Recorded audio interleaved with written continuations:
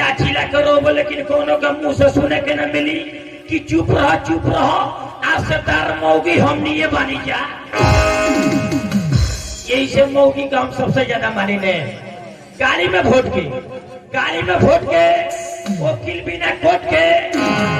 आर वालन के गांव का रोड के बातें कुछ अलग बा। तो रिश्ते बिना सगाई के मर्द बिना लुगाई के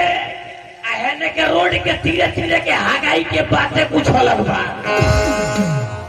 बाप रे बा होंगे मिस कॉल मारा जाला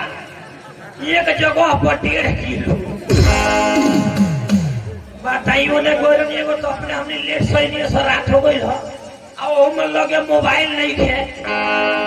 अब इन जाते हैं रोड के धरी तो हाँ करे केरी पचा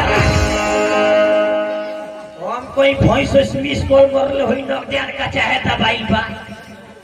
मास्टर से कोनी मास्टर तो लाइट बारे में ने बोलो लाइट मास्टर तो बुझाता है हमार कोल पियर का पेंट से पेंट कोइल बा। जब जाना तनी की नाच बजाओ तो 2-3 दिन बेरा देती का हो जाई।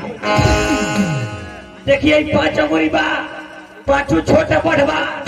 लेकिन में कौन कमियां बा कौन नहीं खे आज रोले इसे बता रहल बनी। 5 को में सबसे पहले हेदे बड़े इनकर नाम है डीलर साहेब मानतनी पढ़ा लिखल नहीं की कोटा उठावे कोई नहीं हो छोटा ठेपा मारी कोटा उठाई बढ़ता ही बनी। डीलर साहब के बगल में है खतरनाक बाबा जो नाच स्टार्ट पहले ही से होके तो पहले घोपा घोपी करा दिल सरवाई लेहरिया कब कहाँ मार कर दिए कर कोनो कराठी नहीं खे। एक जना कोतला नाच वहाँ होगा एक जना बदला नाच यही होगा वहाँ होगा यही होगा यहाँ होगा तो घोपा घोपी स्टार्ट अपनी बहुत शुरू ही में से हो गई तो खतरनाक हो आ खतरनाक के बगल है जब मऊगा महाराज बारे ज्यादा ही मेहरारू सबके साथ देला देखे गांव में कोई जोनी सब झगड़ा करी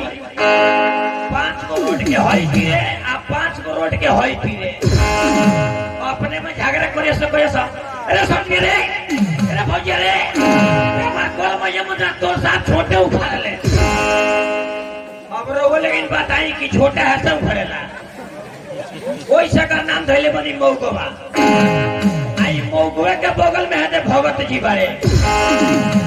अगर भगत जी के चंदन करे कोई सोटा पर चंदन घोरिए अल्लाह से अपन टीका थाना में लग जाइए। भगत जी